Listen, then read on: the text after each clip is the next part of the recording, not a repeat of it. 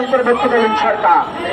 আমরা দেখেছি আওয়ামী লীগের সেই সময়কার প্রেতাত্মারা যারা এই মেকি আন্দোলন করে জনগণের স্বার্থ সংশ্লিষ্ট বিভিন্ন ইস্যু দেখা দেওয়ার চেষ্টা করেছিল, ঠিক একইভাবে এই অন্তর্বর্তীকালীন সরকারের উপদেষ্টারাও ছোট ছোট ইস্যু তৈরি করে বড় বড় ইস্যুকে দেখার চেষ্টা করছে। শুধু এই দুর্নীতির বিষয় নয়, মানবিক করিডোরের মতন মারাত্মক ইস্যুকে ধামাচাপা দেওয়ার জন্য এই সরকার চেষ্টা করে যাচ্ছে।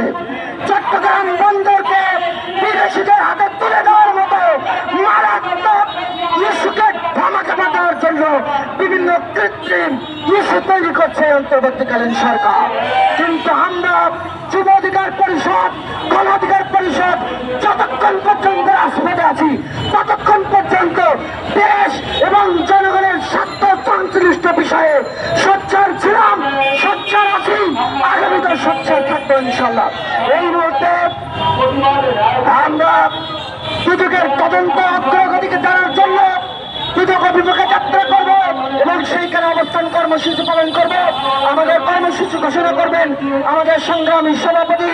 আজকের প্রোগ্রামের সভাপতিত্ব যিনি করছেন বাংলাদেশ যুব অধিকার পরিষদের সংগ্রামী সভাপতি জনাব মঞ্জুর মোর্শেদ মাহমুদ। আসসালামু আলাইকুম উপস্থিত নেতৃবৃন্দ, আমরা জুলাই গণ অভ্যুত্থানের মাধ্যমে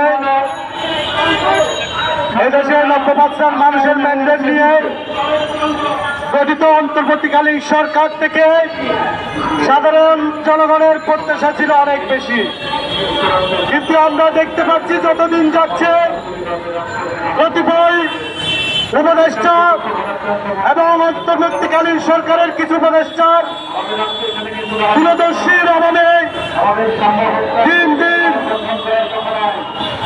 জুলাই গণ অভ্যুত্থানের অংশীদারেরা বিভক্ত হয়ে পড়ছে।